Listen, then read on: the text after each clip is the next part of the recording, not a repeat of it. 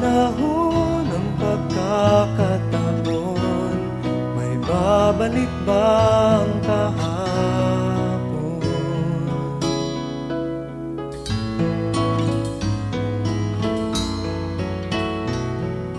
Natatandaan mo pa ba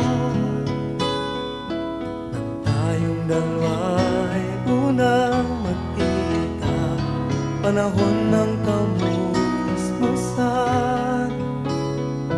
sa piling ng mga bulaklak at halaman, doon tayo nagsimula. Mga